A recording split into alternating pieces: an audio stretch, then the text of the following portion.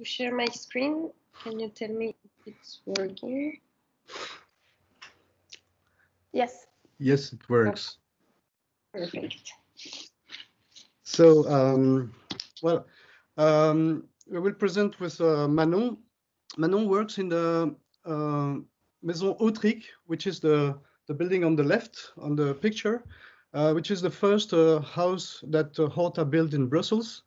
It's also a house museum. It's similar to the Horta Museum.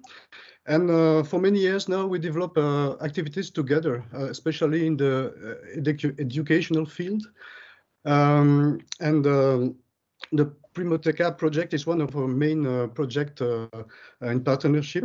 And over the past few years, Manu and I have made the observation that an increasing numbers of visitors from what we call the social field came in our museums. And the first explanation is, of course, the high numbers of asylum seekers and associations of what we call FLE here in French, which is Français langue étrangère, French foreign language. But we also think that it is linked to the specificities of our museum, which is from one hand, from one part, the possibility to use and learn the vocabulary of the house for these people.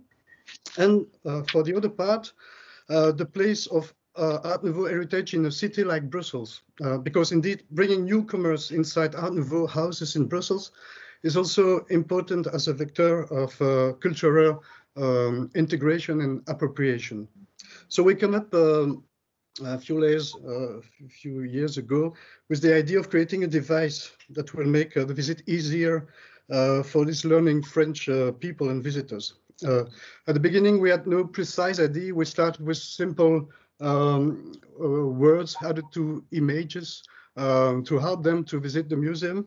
But soon we developed the concept and it became very, very complex. We named it Primotheka because in French, newcomers are called primo arrivants. So primo, it's for newcomers, and teka, it's of course for bibliothèque in French. So it's a temporary name, but that's all we have for now. I know. Yes. So, what is it, the Primotheka? First, we decided that the Primotheka will be like a lexical tool, a device that should be kind of a suitcase that we can use inside the museum, but also outside. It must be easy to transport, but also to understand, because different people will use it, like some guide, some educational workers, some teachers. Well, we didn't know exactly, but at some point we changed our mind and we imagined that the device can be a house that the visitors will build during the visit. So each team will bring a part of the house, and at the end you will have an entire house in front of you. So from now we have identified 5 themes. The first one is the environment, the second one is the facade, the third one is rooms and interiors, the fourth one is materials and craft, and the last one is ornament. So I will start with the first one, which is the environment. The environment is the first of the 5 themes we wanted to present you. It will serve for the audience as a support to introduce the historical context, but also the vocabulary of the neighborhood. We are still experimenting for this theme, so it has not been tested yet. It will consist of a game of search and find to mobilize the vocabulary, to put yourself in a plan, like up, down, left, right.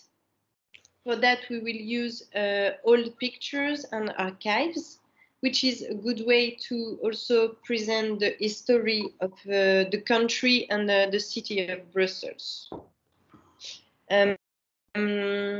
We are still trying to test it, but the second theme, which Thierry will present you, is more developed. So in the last 2 years, we work in collaboration with a local school in charge of newcomers, teenagers, and they mostly come from Brazil and Morocco. And during 1 year, they have the opportunity to learn French before being dispatched in the regular educational system. So last year, we developed a project about Art Nouveau with them, Art Nouveau ornament, which was for us the opportunity to discover the Art Nouveau facades of their neighborhood. And for us, it was the opportunity to test the draft of the facade tray that you can see there on the picture. It's the draft. It was made with cardboard. As you can see, maybe you can recognize the facade of the Horta Museum. And it's actually a board game with the shape of the Horta Museum facade with missing items. So there are different degrees of difficulties in terms of lexicon in that board game. The first stage is to name the missing item and to put it on the right place. Oh, I've lost my page. Sorry. I come back. Okay. So you have to name the missing item before putting it on the right place. And if you don't find the name, you can flip the item and the name is written on, and you can put it back in the game and try to find it at the next door. The second stage, maybe you can put the next picture. That's the board realized in real after some tests. So you can see the different items which are in relief, like the bow window, for example. And the second stage is to build the item. For example, if you want to build the door, you have to choose. You can see that there are different cards with pictures on them. You have to pick 2 cards which are present in your item. For example, if you want to pick the door item, you have to choose, for example, carpenter and wood, which are very simple words. But we can go very further in the lexicon. There are different degrees of difficulties, and depending of the level of the students, of course. So that was for the facade.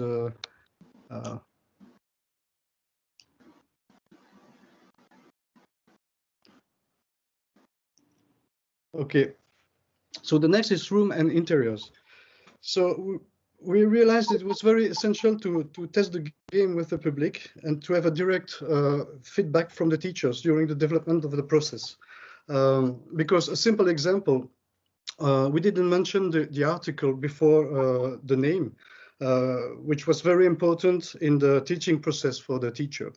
So before developing the next tray about room and interiors, we focused on the lexicon. And we tested before imagining the gaming tray. So we classified words in lexical categories such as elements, rooms, materials, techniques, colors.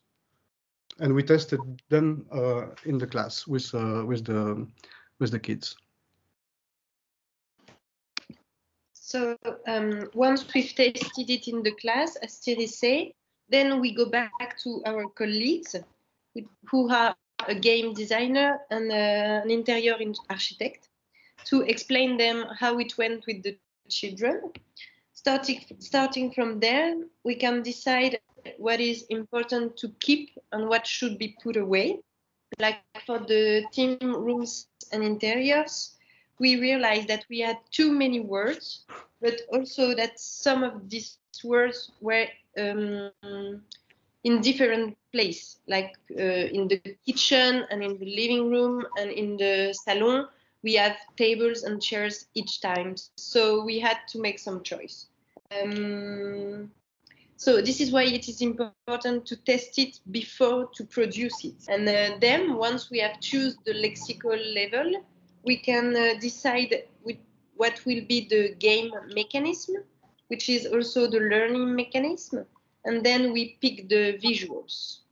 So here you can see it's really the beginning We are doing it with a paper and cartoon. So this is the first team. It's materials and craft.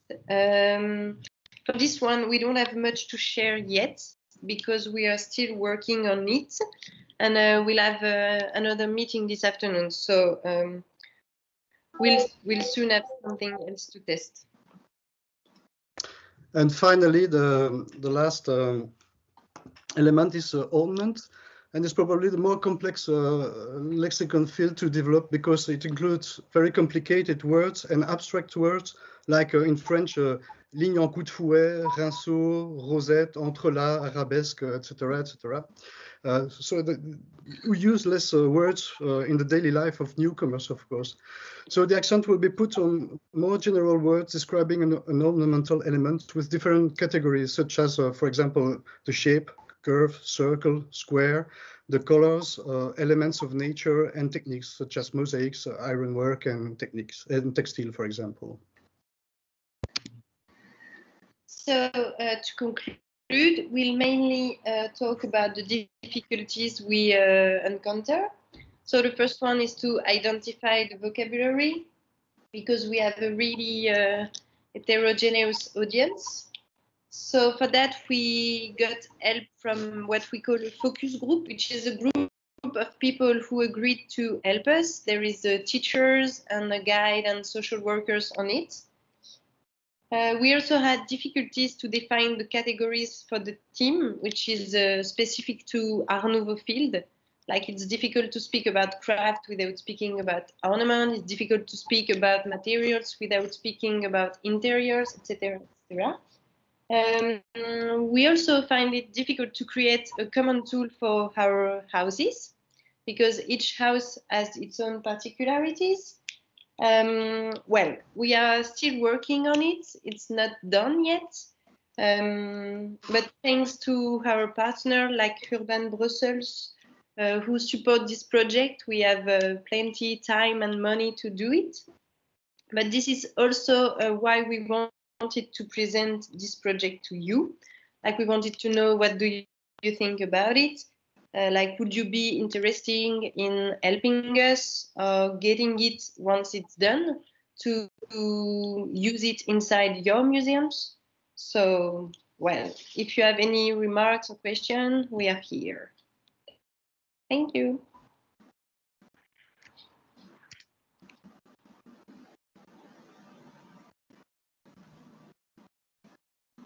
Thank you. So somebody have some questions about the Primotheka project? No. Just notification. It's a wonderful project. Thank you for presentation. Sorry. Sorry, we didn't hear you. Thank you for presentation. Wonderful project. Yes, I agree. It's great. Thank you. I think we should do the same in our cities, you know, but written down, it's a Horta Museum initiator or something like that. It's really a beautiful project. I think we can use it everywhere, actually, with our own houses. It's amazing. Yes, the idea is to create an open source project that everybody could use. The house will be a kind of empty room, empty house that you can fill with your specificities. So the idea is to share the project. The idea is to share it through files that you can print to in 3D, for example. That's the utopia of the project. Wow, but that's great. Maybe the next step. But first, we developed for 2 museums. With always the idea to create an open project that can be used eventually with the partners. That's yes, great. Wonderful idea. Thank you. Yeah, so the idea of the projects that you will talk about today, it's to share with the other members and try to create something together. And yeah, so I really hope you're gonna try to make this Primotheka project also in your cities. It could be very interesting.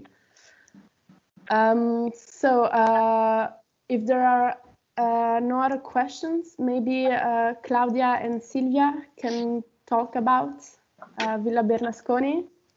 Maybe Julia, before we change the subject, yes. If one of you wanted to learn more about the Primotheka project, maybe you can send us an email or put something in the forum, and we can go further with people interested, just if you want. Yeah. Okay. Claudia and Silvia, you want to present your project? Hi everyone. Yes. I can't share the screen. I'm sorry, because I'm on the phone. I had some troubles with the connection. So if someone can share the PDF, it will be great. Thank you. I wrote to Erika about it. I think Claudia will share it. Okay.